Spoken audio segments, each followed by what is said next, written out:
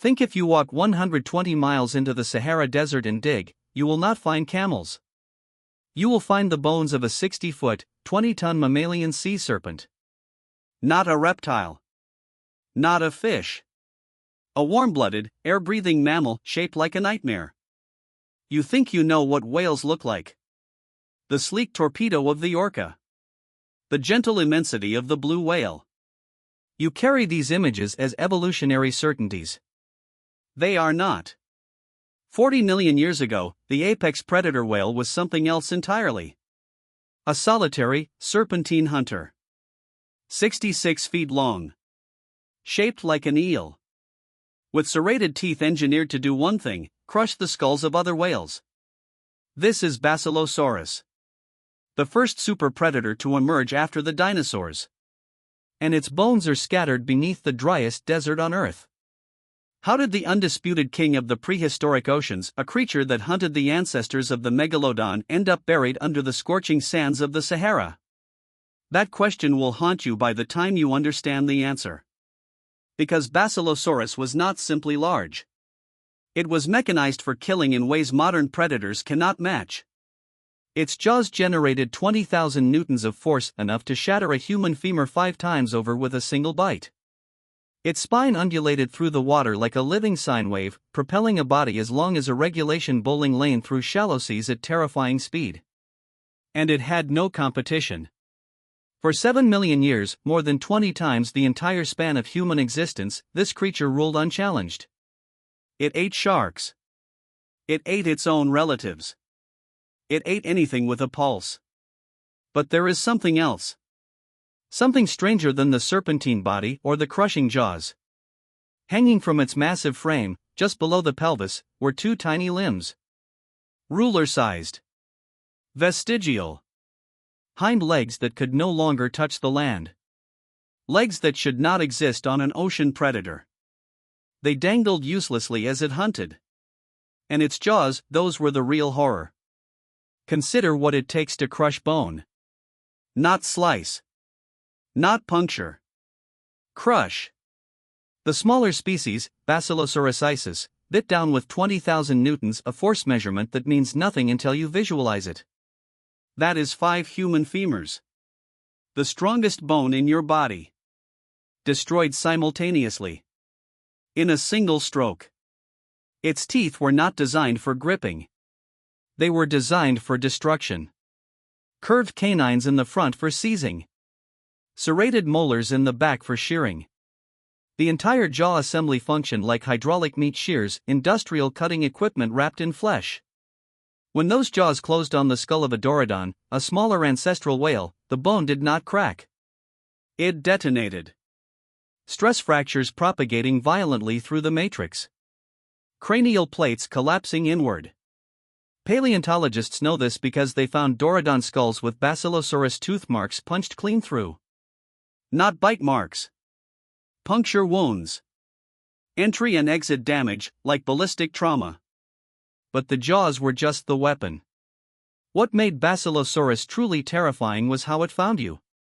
Modern toothed whales hunt with echolocation. They send out clicks. They read the returning echoes. They build a sonic map of the water column. Basilosaurus had none of this. No spermaceti organ, the biological sonar array that powers echolocation in sperm whales. No outgoing signal. No active ping. It hunted by listening. Its inner ear was a biological hydrophone and acoustic targeting system that could lock onto the precise coordinates of struggling prey from miles away. The frantic splashing of an early sirenian.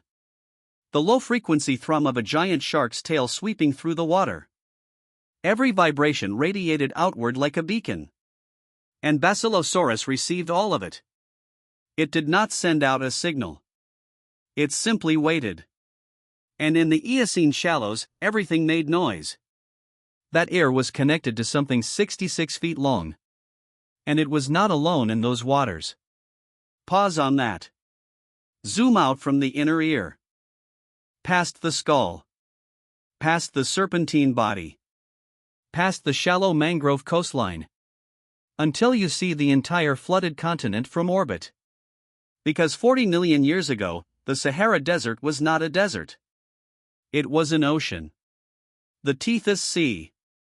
A shallow, blood-warm, mangrove-choked labyrinth stretching across what is now North Africa. And Basilosaurus ruled every mile of it.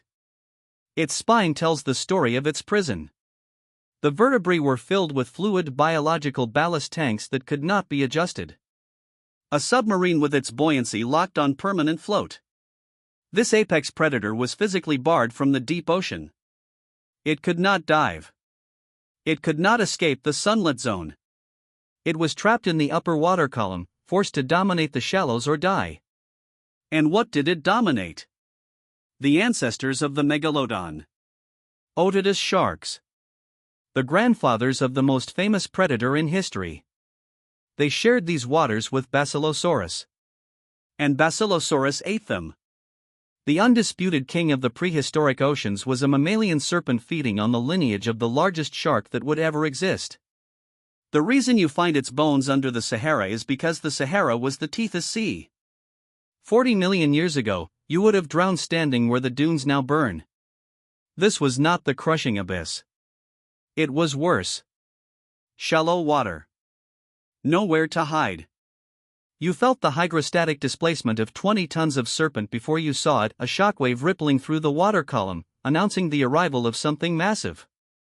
The water was blood-warm. Not the cold clarity of the deep ocean, but a murky, organic soup teeming with predators forced into brutal close-quarters combat. The mangrove roots turned every shadow into an ambush corridor. Light filtered through the surface in shifting columns. And sound was everywhere. Every splash. Every thrash. Every low-frequency heartbeat radiated outward. In the Eocene shallows, silence was survival.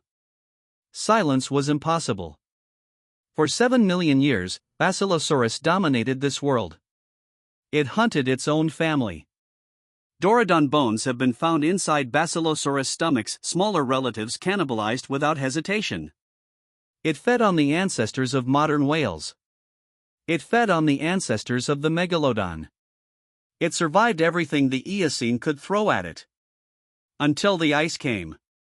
The Eocene-Oligocene extinction event. Global temperatures plummeted. The shallow seas that Basilosaurus depended on the warm, flooded mangrove highways drained and froze. The surface-locked predator had nowhere to go. No deep ocean to retreat to. No thermal refuge. Its lineage ended. Completely.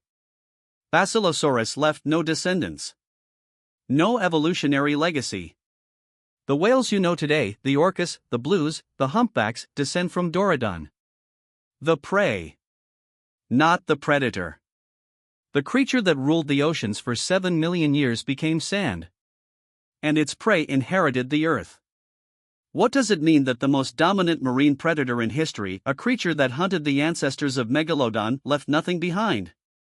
That its bones lie forgotten under the world's driest desert, while its prey's descendants became the gentle giants we worship today?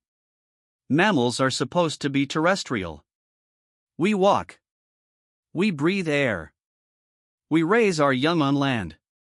Basilosaurus took that programming and corrupted it, twisted the mammalian chassis into a 66-foot aquatic killing machine that outcompete every shark in the ocean.